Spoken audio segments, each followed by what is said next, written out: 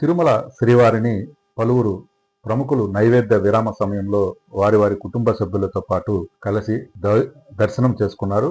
వీరందరికీ కూడా టీటీడీ అధికారులు దర్శన ఏర్పాట్లు చేసి స్వామివారి తీర్థ ప్రసాదాలను అందజేశారు. ఇందులో ముఖ్యంగా ఆంధ్రప్రదేశ్కు సంబంధించి ప్రభుత్వ whip Ganababu, APSRTC chairman Konakalla Narayanarao, ఎమ్మెల్యేలు పంచకర్ల రమేష్ బాబు, చింతమనేని ప్రభాకర్ రావు వేరువేరుగా స్వామివారిని దర్శనం చేసుకుని మొక్కులు చెల్లించుకున్నారు.